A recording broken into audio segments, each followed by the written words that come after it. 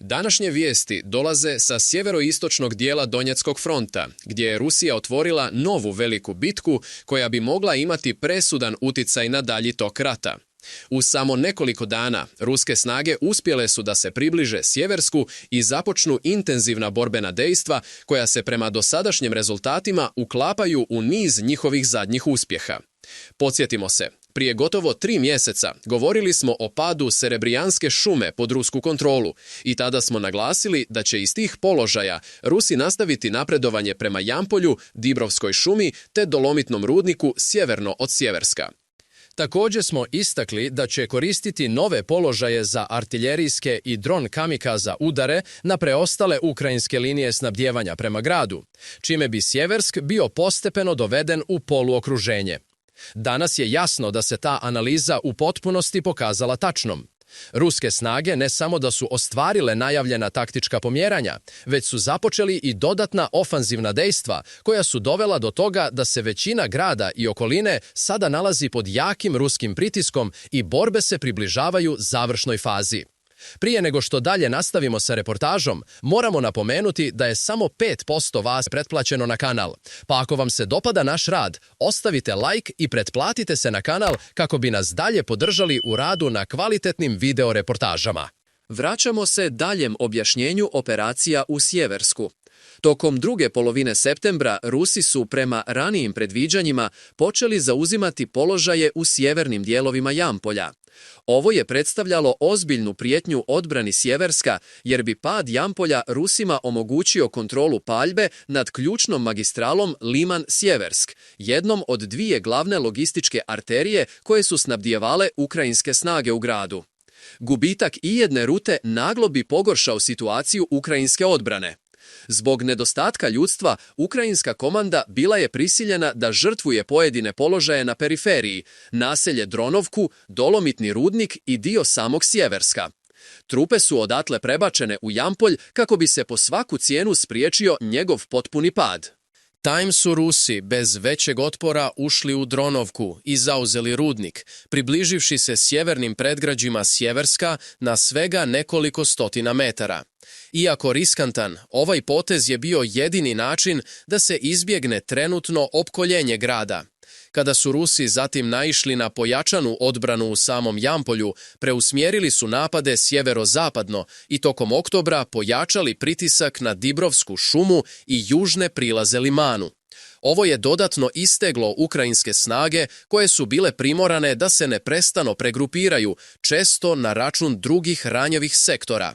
Posljedica ovoga bio je pad odbrane u naseljima Zvanovka, Kuzminovka, Pereznje i Fjodorivka, južno od Sjeverska.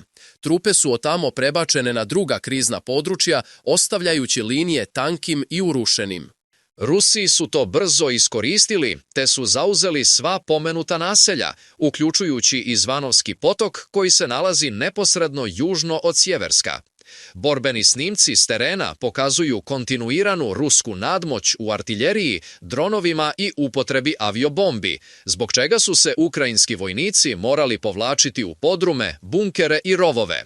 Ruski jurišni timovi koristili su ovu situaciju da se pažljivo približe i pozovu Ukrajince na predaju.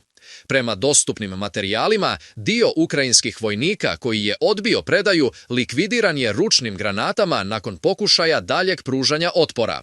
Raspad ukrajinske linije južno od Sjeverska stvorio je prostor za ruske diverzantske grupe koje su počele ulaziti dublje u grad. Tokom druge polovine novembra zabilježeni su snimci zasjeda u samom centru Sjeverska. Jedna ukrajinska grupa pokušala je da se povuče prema svojim položajima, ali je upala u rusku zasjedu i skoro u potpunosti likvidirana. Diverzantska djelovanja omogućila su Rusima da zauzmu jugoistočni dio grada i postave prve stabilne uporišne tačke unutar Sjeverska.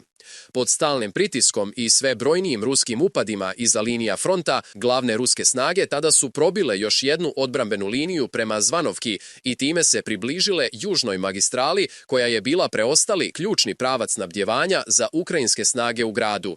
U isto vrijeme, na sjevernom boku Sjeverska, ruske trupe su u drugoj polovini novembra zauzele Jampolj, Platonovku i Ozerne, čime je ukrajinska odbrana došla do tačke pucanja. Ukrajinske snage više nisu imale dovoljno ljudstva da drže sve pravce istovremeno. Već 5. decembra ruske trupe uspostavljaju stabilne položaje u istočnim stambenim višespratnicama u istočnom dijelu Sjeverska, uporedo sa prije zauzetim jugoistočnim dijelovima Drada. Ruski diverzanti dejstvuju u svim dijelovima Sjeverska do rijeke Bahmutovke, dok se jedini stabilni položaj Ukrajinaca nalaze zapadno od rijeke i čine samo 25% grada. Iako Rusi kontrolišu 15% grada, čak 60% Sjeverska je u ničijoj zemlji, jer ruski diverzanti vrše zasjede po područjima istočno od rijeke Bahmutovke, te će za par dana ili sedmica i ovaj dio grada pasti.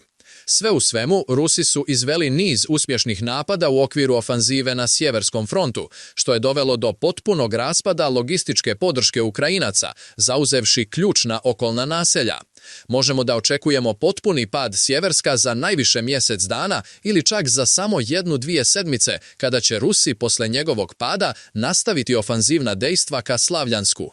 Na našem kanalu možete da pogledate i našu drugu reportažu gdje smo detaljno objasnili kako Rusi planiraju da nastave ofanzivu u Donbasu i kuda će dalje napadati.